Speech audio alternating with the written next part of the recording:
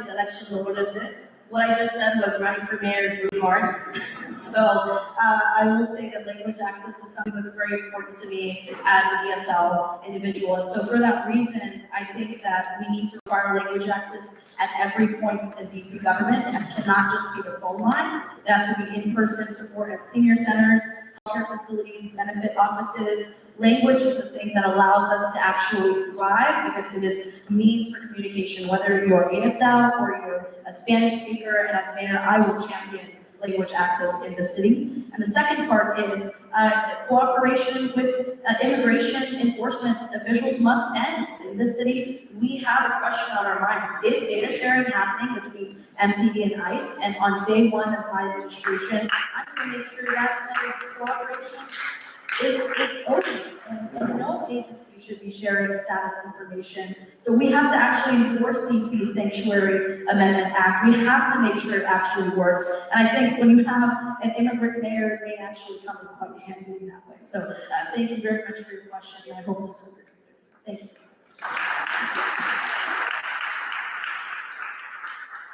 I believe at this juncture in the District of Columbia, that trust is a key element for the immigrant population. Trust, being able to trust your government.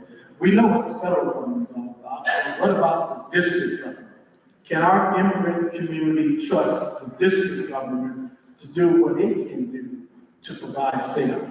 Yes, you know about language access. Language access has been an issue for years. But we cannot use that as an excuse to provide the safety, the comfort that is needed now. Our immigrant population need housing, just like everyone else needs housing. You need clothing, you need food, and you need health services. And you should be able to count on the district government. This excuse about the federal government is going to be the federal government. At the end of the day, the district still has $22 billion. We still have an Office of Latino Affairs. We don't need to create anything new. We just need to get the job done and make sure that it's done in a very efficient and a very effective manner, and it boils down to trust. And also, we want our immigrant population to go to the organizations they've been working with. And let's enhance those organizations, because those are private organizations that you trust and that you feel most comfortable with. And we just need to make sure that those organizations have the backing of DC government through funding, through execution, through protection, and we need to make sure that protection is the key. So that's what I would do as mayor of the District of Columbia. Enhance what we have, but you can trust the Orange administration to do the right thing.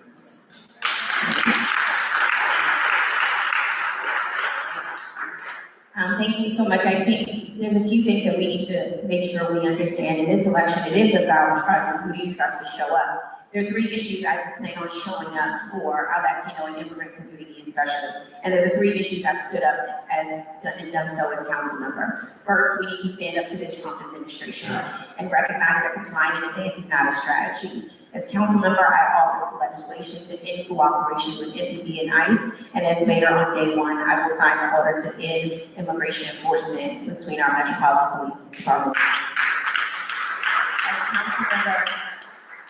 As council member, I also felt that it was critical that we provided healthcare access to our immigrant community.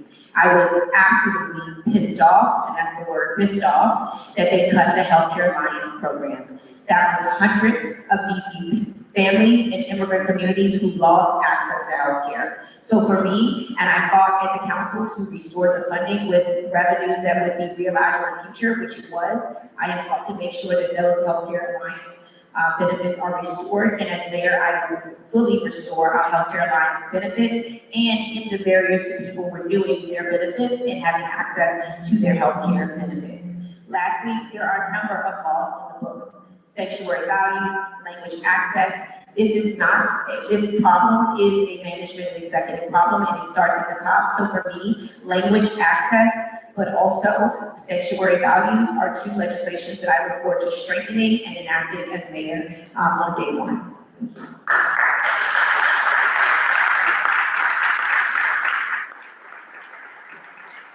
Thank you, candidates, for that. Beyond healthcare and housing, quality of life also depends on social connections and community engagement.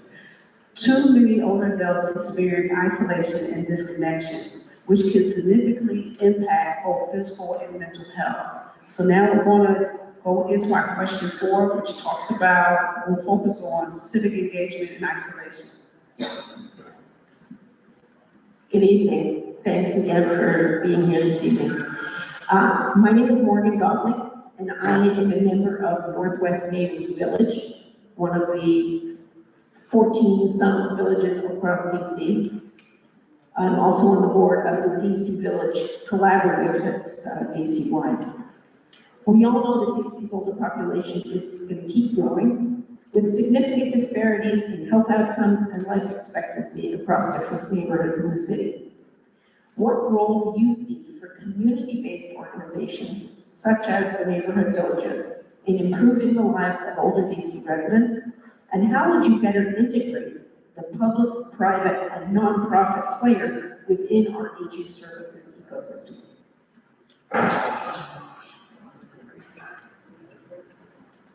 Thank you for your question. I just wanted to say how, especially through all the research we did in preparation for this, it was heartbreaking to read just how much social isolation impacts quality of life. It leads to dementia, depression, all of those things. And so I fear that the way in which DC has operated thus far has left our senior citizens in a terrible health crisis, first and foremost, and that's how this needs to be treated. And that's why fundamentally I think the DC Villages program or our senior rec centers, these are community spaces that need to be invested in and cannot be cut from our budget. And so that's one promise that you have for me as a mayor and as a leader here. And I also want to make sure that we understand that one of the reasons why I wanted to run is root out some of the corruption that we're seeing in DC government today that is leading to some of the outcomes that we're facing, like those types of budget cuts. I'll give you an example. The DC Housing Authority Director made a $40,000 bonus, got a $40,000 bonus.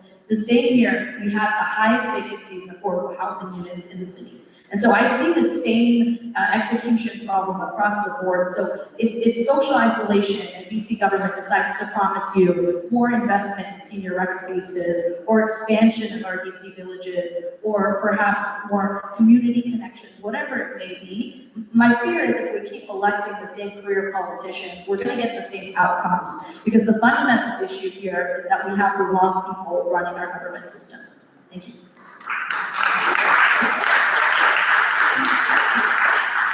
Civic engagement and isolation is a key issues for our older population.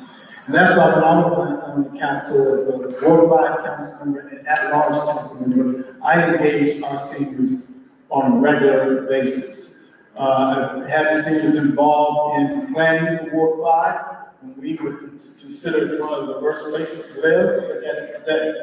We have Home Depot Shopping Center. We have Costco Shopping Center. We reopened McKinney Technology High School. I'm not Benjamin Battle, but I changed the comprehensive plan for the creation, for the refurb of Union Market.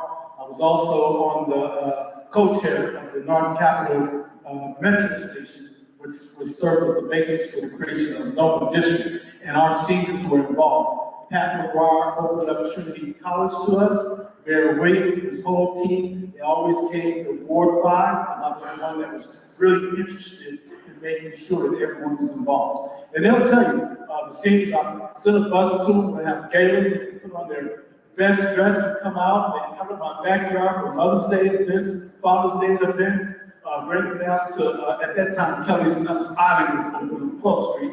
We'd go there for activities. We made sure that they were involved. And once again, that may be because I indicated to you earlier, I'm the baby boy, I have 7 sisters, they're a lot older than me, and I'm in my 60s, so I know about the elder population and what they need. And I believe that this city is really not paying attention to all the needs of our senior citizens, and they need to have a seat at the table on these issues.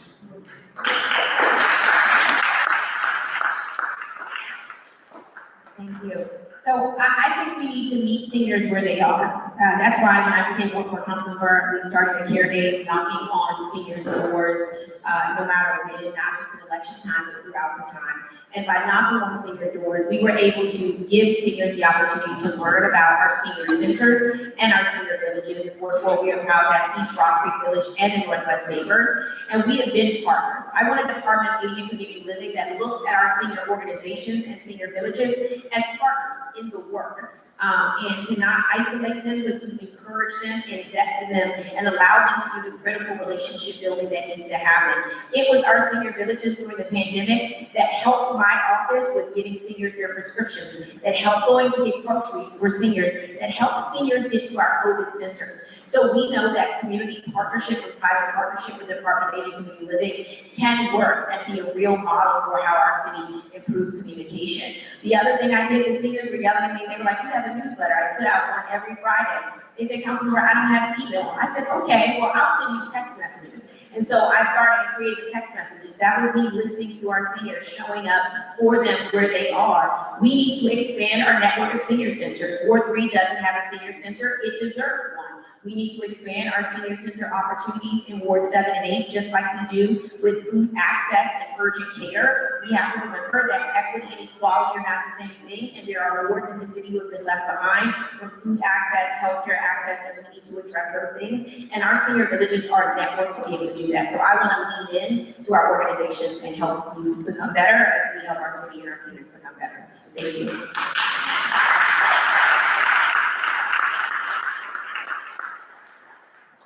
First of all, my view of, to the question of how do we allocate community-based organizations, the answer in one word is integral. They have to be an integral part of our city's success.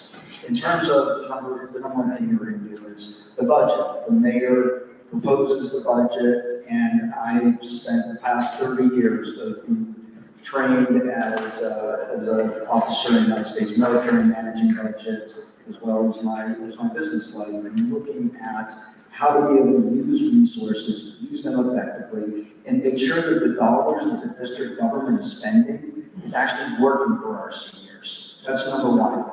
And that includes making sure that all these organizations, we have some great community-based organizations here doing great work. We need to make sure that they are utilizing those dollars as effectively as possible. The second I mentioned is my capital core with the elder care branch. That creates the workforce to be able to serve you.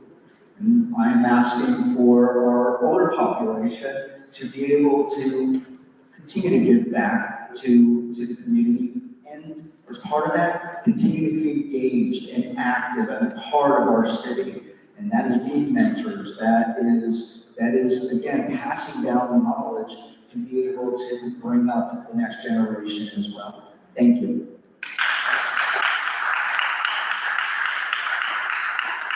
Thank you for that. Our next topic focuses on transportation and mobility. The ability to safely move throughout the city impacts everything from healthcare access and grocery shopping to social connection and independence. So our fifth question will focus on transportation and mobility. Good evening, everyone. I'm Paulette Johnson from the Edgewood Seniors Building, and transportation is crazy. Everything is like on a time basis. You gotta do this at a certain time frame. I don't want to do it every certain time basis all the time. I want to go and come without these. These, so you gotta make an appointment for this, you gotta make an appointment for that. And if you make your appointments, you gotta reschedule. It's just awful. I'm more like, I didn't know that coming to see would be the hardest thing to do, because everything is so hard. It's just hard. Nothing, I would like to come up my door and transportation is right there. And I can say, okay, just take me wherever I want to go. You know, I can't depend on my children because all I'm putting on promises for Mom, I'll be there later. Okay, I can't get you there. That's 2 hours. I don't want to hear that. I want to go right now. You know, I want to be going to the schools and stay as long as I want to stay in there. You know, get the meat up, eat more and everything. I tell the kids I'm looking for grandfathers and grandkids. So I want to stay in the schools and meet a little bit more, you know. I feel like my life is on a time basis right now. On everybody else's time but mine. Thank you. You have a question?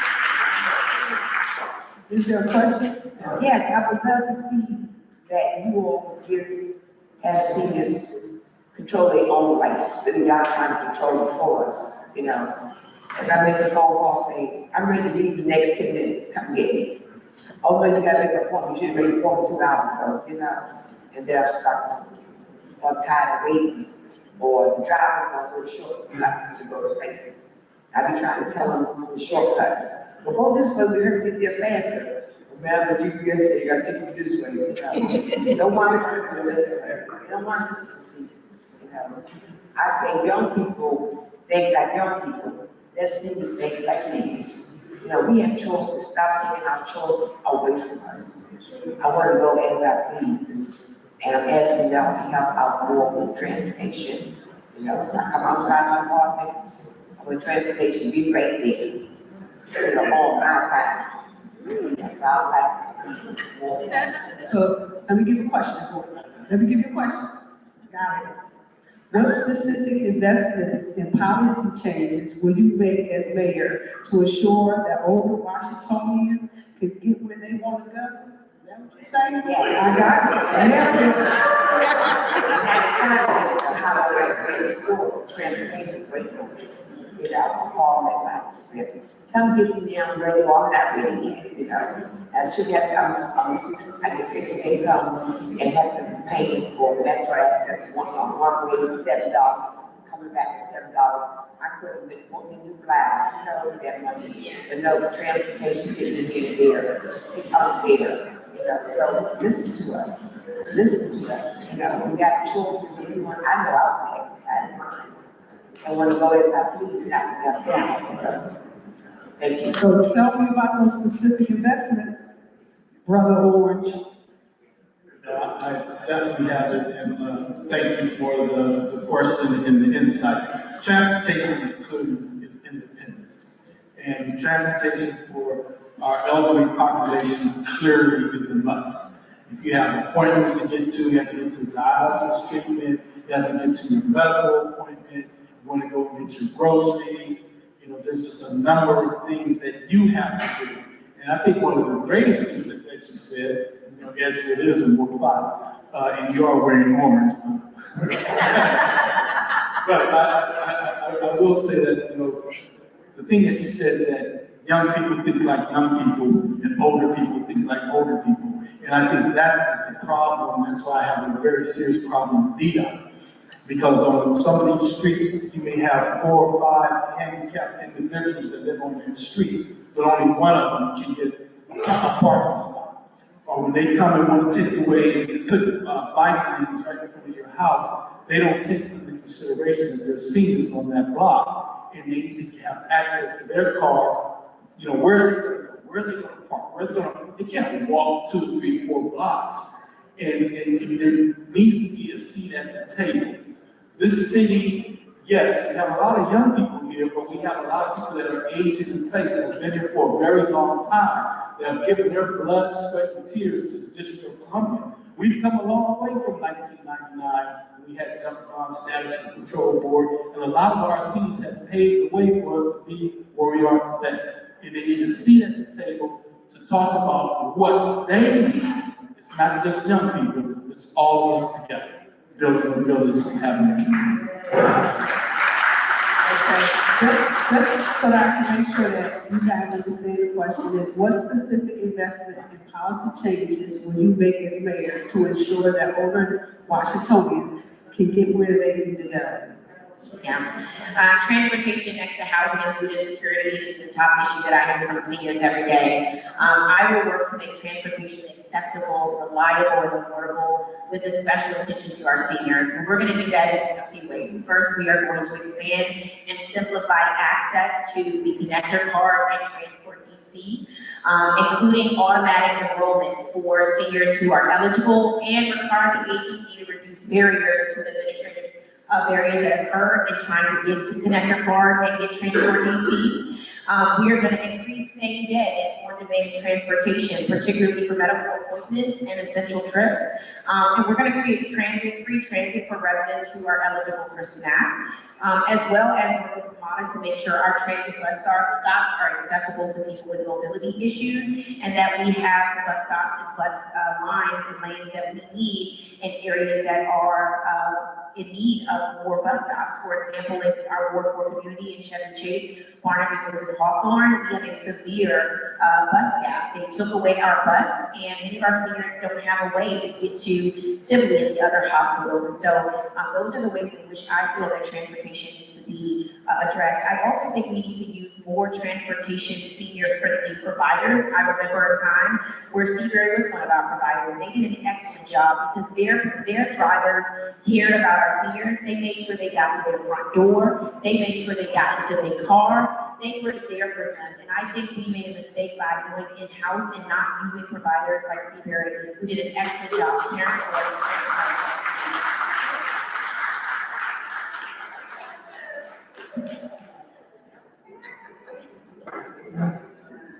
DC government is going to provide free Metrobus and Metro Rail transportation to all of DC residents.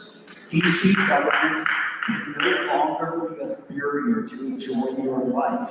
And by connecting all of us and allowing for our seniors to be able to efficiently get throughout the city, to doctor's appointments, to get groceries, where your quality of life is improved so that you are not waiting for 2 hours for transportation. And second of all is, in terms of that last mile, they can be able to get our seniors to public transportation. We're bridging the gap with new mobility systems. We need to be able to get our seniors to wherever they're going. And say the investment in some of the technologies today, including the electric vehicles, I've been asked to consider the idea of effectively small, golf carts to be able to get that last mile of public transportation. We like the golf carts. And finally, this is an affordability issue. We need to make sure that just as you want to be able to go throughout the city, that care workers are able to afford to live in the city, and they deserve to live in the communities that they're serving, and be able to, for transportation not being a barrier, to be able to take care of you as well. Thank you.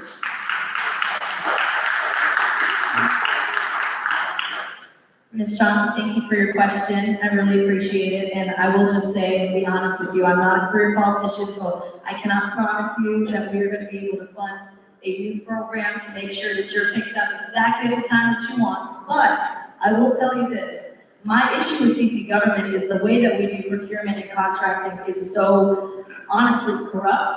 I'll give you an example. We spent $67 million on the Snow Creek catastrophe, and $3 or $4 million of those dollars went to a contractor that was actually indicted for frauds in November. And so my concern, my first move as mayor will be to make sure all of those kinds of dollars are being clawed back so that we can fund the programs that we want to see to make your quality of life better. And so that's going to be top of mind for me. I will also commit to dedicating a lot of operations funding. It's actually the only major transit agency in the entire country that doesn't have a dedicated funding stream, so that's something tangible I can do on day one to change that outcome for you. And also I want to make sure that we require Medicaid non-emergency medical transportation for our seniors with mobility issues. Right now the service is very unreliable for every senior I've talked to throughout the campaign trail. We got to make that better. And then pedestrian infrastructure has got to be so much better. I testified to council, and one individual shared that they were stuck in their home for 16 days because DPW did not shovel their sidewalk, and they're a wheelchair user. And so going back to what I said, we're spending $67 million on Snow Creek, not getting the outcomes we want because DC government doesn't know how to execute. Thank you.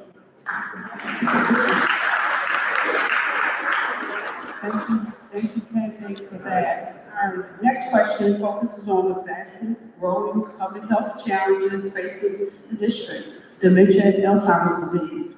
As the number of residents affected by this continue to rise, families, caregivers, healthcare systems, and communities are all feeling the impact. So we're going to have question 6 that will focus on dementia and memory care. Hand up.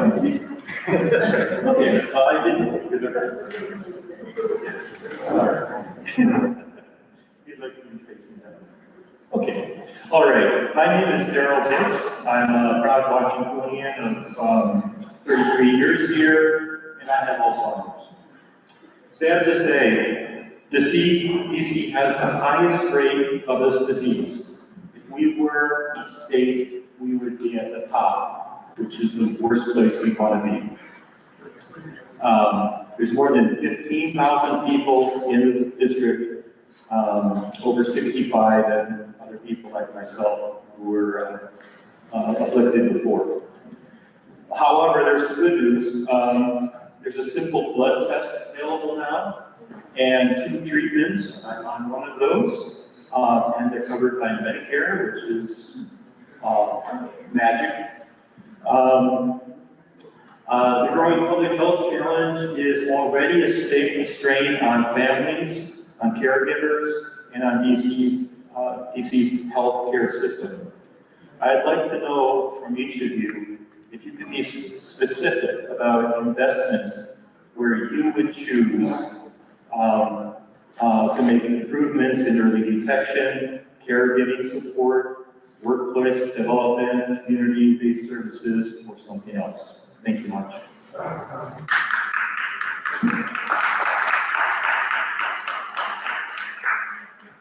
Thank you so much for sharing your personal story. For me, I am committed to building a dementia-capable DC. And that means expanding access to early screening and diagnoses, which I think is important, and having those things covered by our Medicaid and access to care programs because it's so important and critical. It also helps families access the support they need. I do believe we need to strengthen support services like adult day programs. In Worthville, we have an adult day program that really does make a difference in the lives of people who are suffering and going through. And I think our adult day centers are an excellent way and an excellent public-private partnership that works out well and can support many of our seniors, as well as our DC villages. These are tough conversations, I can tell you, because my family is personally impacted by it currently, and that's why senior villages are actually important. Because having those conversations sometimes with your family is much different than having it with someone who's going through it and can help you navigate what those feelings are that you're dealing with. So I would also engage and continue to support our villages as well as our day centers. I also believe that family caregivers are critical here. It's critical for my family, and that's why I'm a big supporter for paid family leave and medical leave services, and why right now in this budget, I am fighting against medical leave and paid family leave being cut, because family caregivers are necessary to deal with both those who are going through dementia, Alzheimer's, and other medical conditions, and we have to be a city that welcomes that. I also think that we need to invest in our home health aides. In the pipeline by partnering with, partnering with our universities and leveraging our universities to build up our home health aid pipeline to support more caregivers doing that work. Thank you.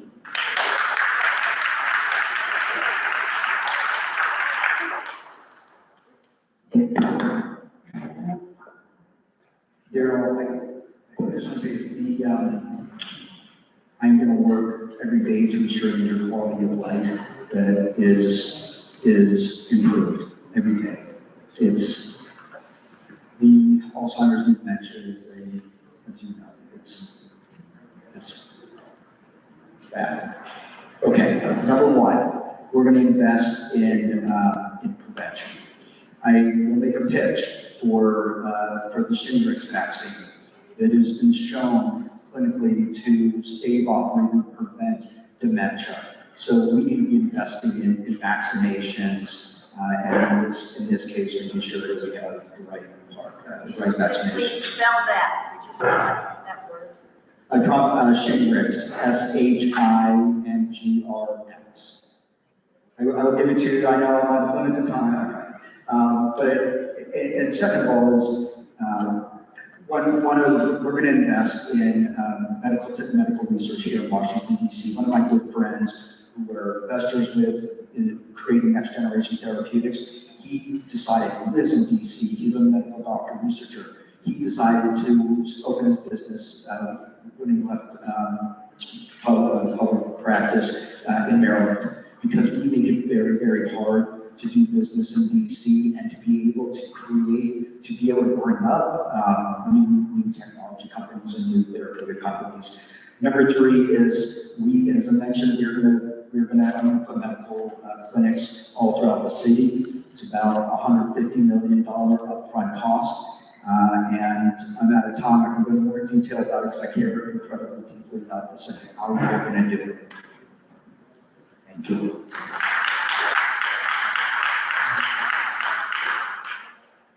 Thank you, sir, for your question. I found that over the course of this campaign trail, I've learned something new every single day. I've learned statistics on the fact we're first in the nation for first-year business failures, 3 times the national average incarceration rate for young people, and actually today you've taught me that we are first in the nation for an issue that is quite unbearable and hits so many of us very close to home. So thank you for sharing. From my end, I would say as mayor, and if I have the opportunity to serve you, we need a coordinated city response.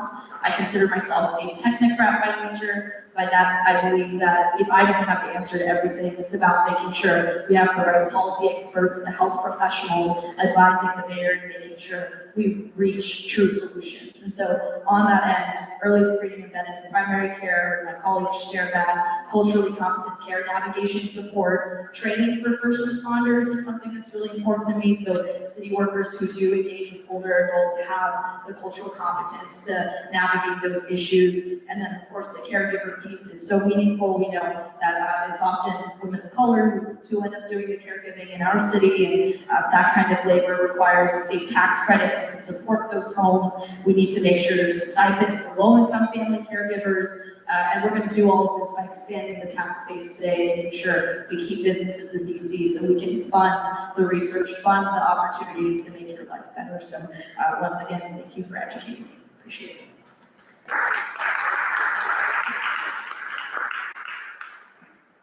I'd like to join Brittany as well, and thank you for sharing your story. And I think part of this should just be an education to the entire District of Columbia that treatment is available, and you're living proof of it. So I think that's a story that needs to be told. Also, I just want to confirm that you indicated that the Alzheimer's Association reports that 15,000 DC residents 65 and older are living with Alzheimer's right now.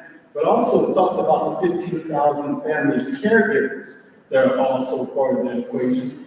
15 million unpaid care hours and $153 million in Medicaid costs that's tied to Alzheimer's just in the District of Columbia. So the district government has to be committed to our elderly population, definitely committed to this particular Alzheimer's. I have firsthand experience of my constituent services director when I was in office, 11 Lee. His father was really had Alzheimer's, and a lot of times I could call him, say your dad is walking up and down the streets, and sometimes he wouldn't have clothes. Sometimes he would think that Levin's wife is his wife, and there's a lot of things that were taking place.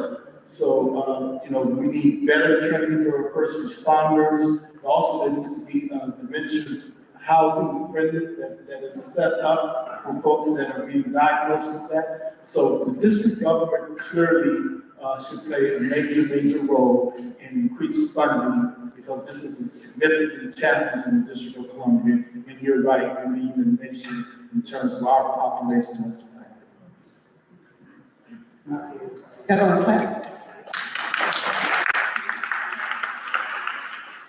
Thank you so much. So we're going to squeeze this last question in. It addresses the workforce behind every aging service in the city. So without enough trained direct care workers, no policy or program can ever be delivered as promised. So we'll go on to our seventh section, which is direct care workforce.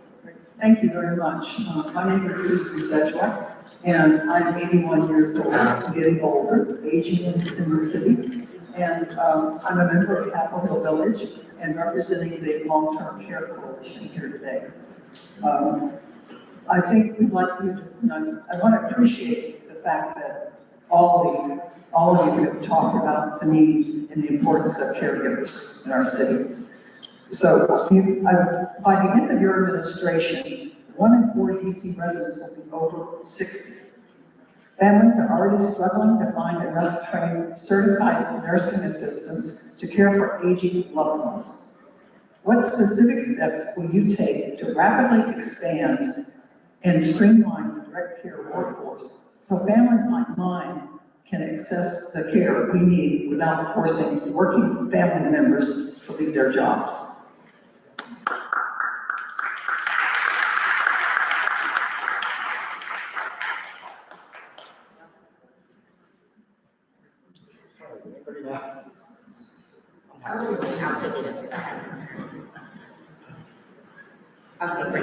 I'll take it first. Caregiving is important. I cared for my dad before he passed away. And of course, you're right, there are family members who can't afford to take leave to do that in a city where we need to prioritize paid family leave.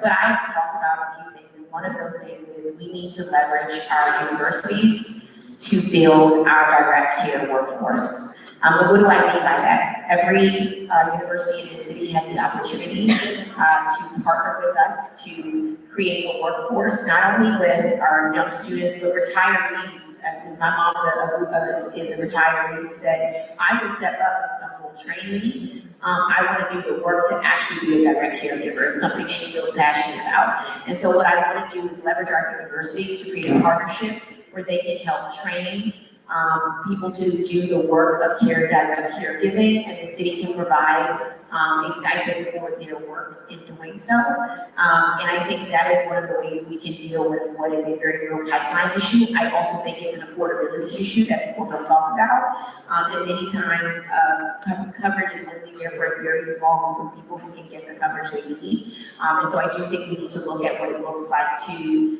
expand coverage for direct service work and caregiving, not only for seniors who need to utilize that to have access to direct caregivers.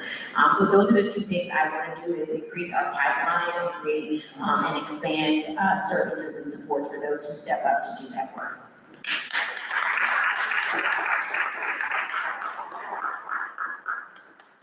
I think you said it right, caregivers in our city. And I think that DC is really struggling to find caregivers that, period, but especially here in the city. So first of all, my workforce development program will create caregivers, a pipeline of caregivers that serves for the city, with the city.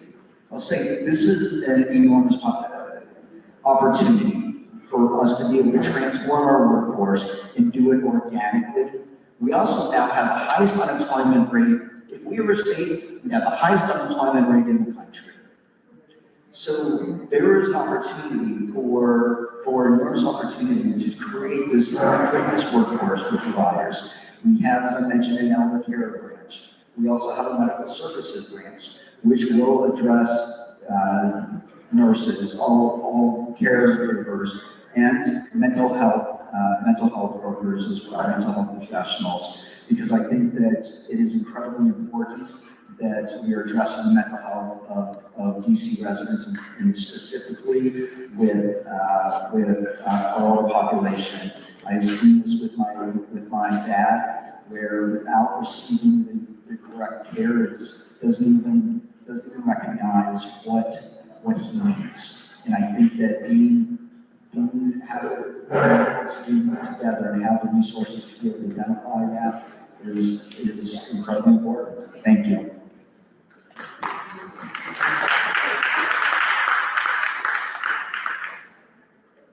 Thank you for your question, Cedric. I will admit, I think over the course of watching, I think, all candidates in the recent months, we have certainly only been talking about caregiving, at least in public forums. The questions have been targeted more towards childcare, and I think I would pledge to expand my definition to the more caregiving ecosystem itself. I think this is an issue that we need to all shed light on.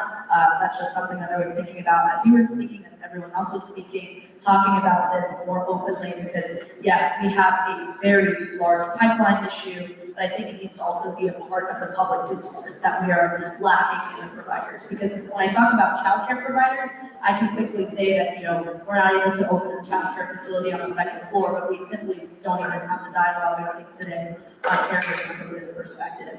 To that point, it was an 8-year-old resident in DC who met me at a work forum. We kiki a lot now, even on the phone. It was quite nice. I learned a lot from her. And she shared with me how important vocational education is here in DC, and how vocational education can also be one of the ways in which we mend the juvenile crime issue that we have by giving these young people pathways for success, by giving them a future that they can aspire to. And it sounds to me like we are in agreement here that that type of vocational education could be the way in which we solve this workforce crisis that we have when it comes to caregiving. But on top of that, maybe even think about the permitting issues, the licensing issues, making it easier for us to be operators. I think I'm uniquely positioned to do that as an administrative operator in this race. Thank you.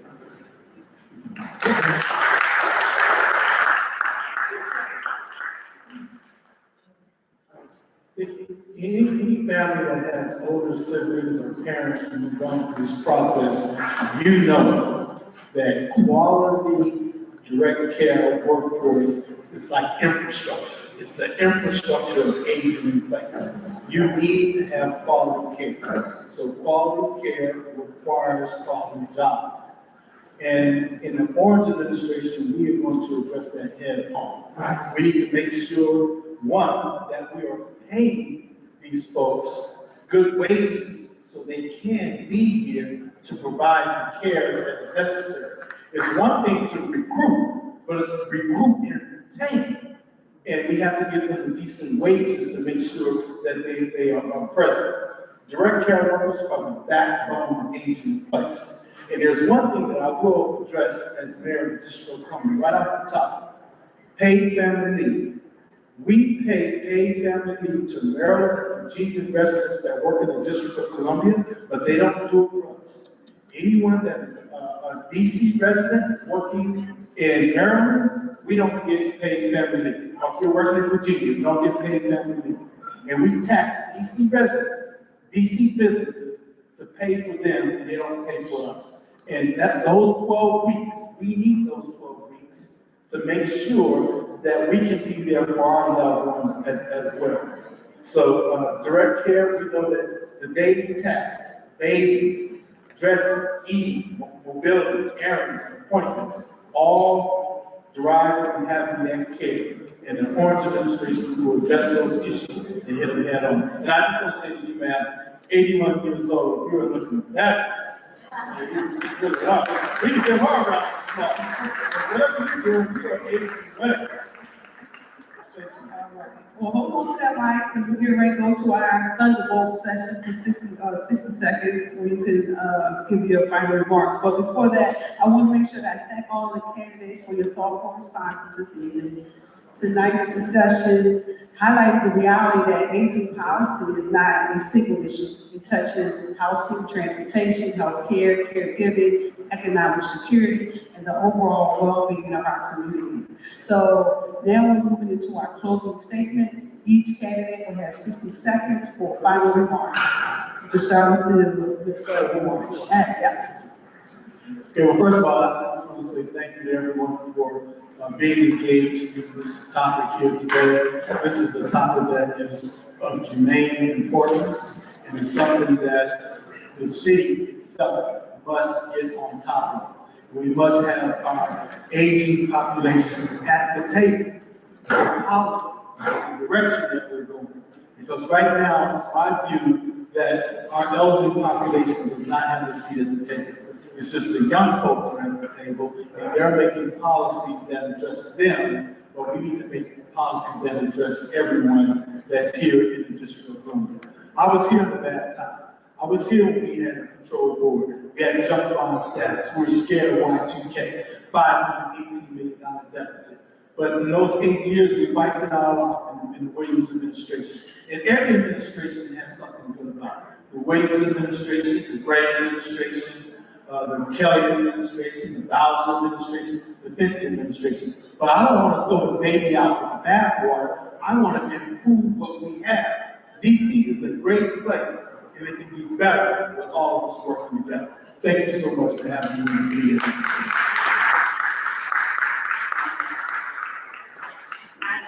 Thank you all so much. It has been great to be with you this evening. Thank you to all of our community partners who do great work every day to support our seniors. Listen, ballots are in people's hands, and I say to people, this election is really about a simple question. In this moment, who do you trust to show up and fight for all of DC residents in all 8 wards, including our seniors? And I think you have to judge that by who has shown up. Not just today, but who has shown up at the Department of Aging and Community Living oversight hearings when they were cutting the cost of transportation for our seniors, when they were cutting food access and unwilling to pay those SNAP benefits, when they do superficial things. I don't want a superficial relationship with our seniors. That means having a party with you by cutting the things that you need, like food security and healthcare. To me, it is essential that the next mayor has a real relationship with seniors, because I want you to not just live in this city, I want you to thrive in this city. I want these next years to be your best years, and that we continue to have that grow. So on election day, I'm asking that you rate me first for mayor, so we can have a mayor who is going to show up and fight for all of our seniors and work with all of you to make the quality of life for our seniors go up. Thank you.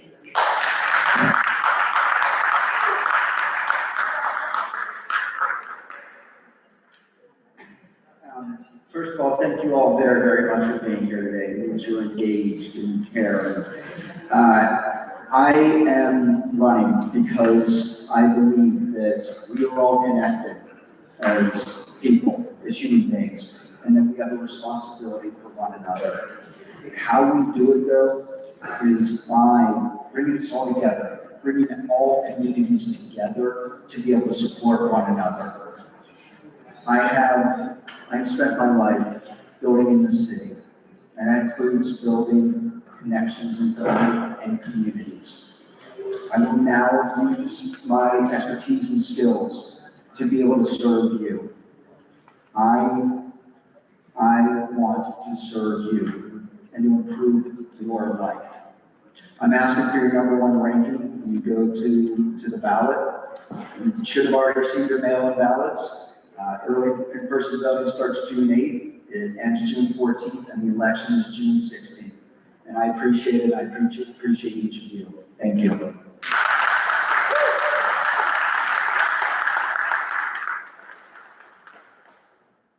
Thank you again, everyone, for taking the time to be here. I'm sure you could have spent the afternoon doing anything else, but you're here and you've asked some wonderful questions today. Hopefully, we've all spent some good time answering them well.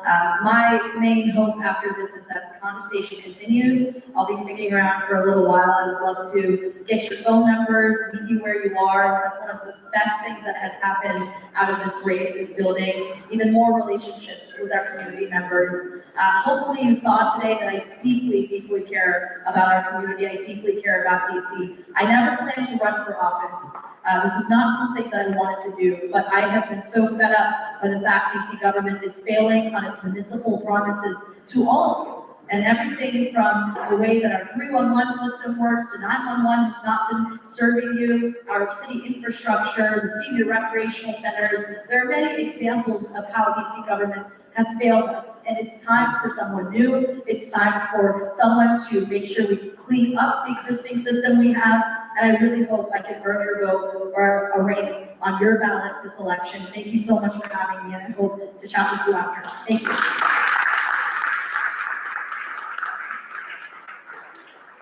Thank you to all of you, and on behalf of the forum's co-moderators, Dr. Katrina Polk and myself, Nancy Pines, we wish to thank all of you for taking the time to come in person or to live stream today's forum.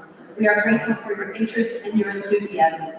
We acknowledge with gratitude the mayoral candidates who joined us today, Ms. Janice Lewis-George, Mr. Gary Goodweather, Ms. Reedy Sampath, and Mr. Vincent Orange. I did it alphabetically for fairness. We are grateful to the other members of our steering committee who have collaborated tirelessly over the last several months, especially June Bang, the Chief Operating Officer of our district. We are grateful to the other members of our steering committee who have collaborated with us. As I said, Dr. Elizabeth Lloyd from Seabury Resources for Aging, William Emmett from the DC Villages Collaborative, Nicole Furness, DC Villages Collaborative, Judith Kozlowski, Board of Directors, Iona Senior Services, Linda Ladiana, the Citizens Advisory Group of Iona Senior Services, Dr. Maria Teresa McPhail, Vita Senior Centers, Monica Nicholas, from Seabury Resources for Aging, and Nancy Pines, I'm the chair of the Citizens Advisory Group at Iona Senior Services, Bibi Otero, Board of Directors, Iona, Dr. Katrina Polk is with the DC Villages Collaborative, Dawn Plumbaum, Seabury Resources for Aging, Dr. Sal Salvaggio, Citizens Advisory Group, Iona Senior Services.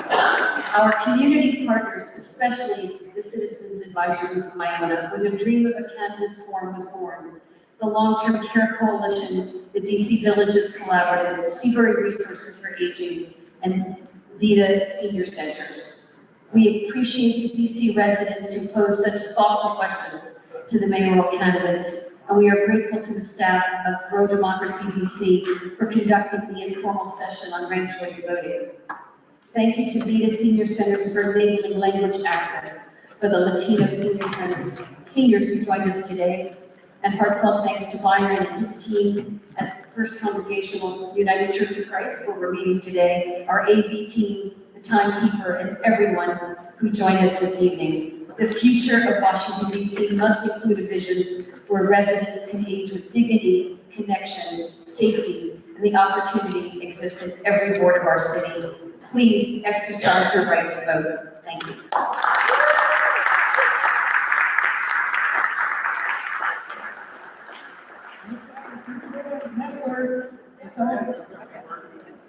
Can I get a picture?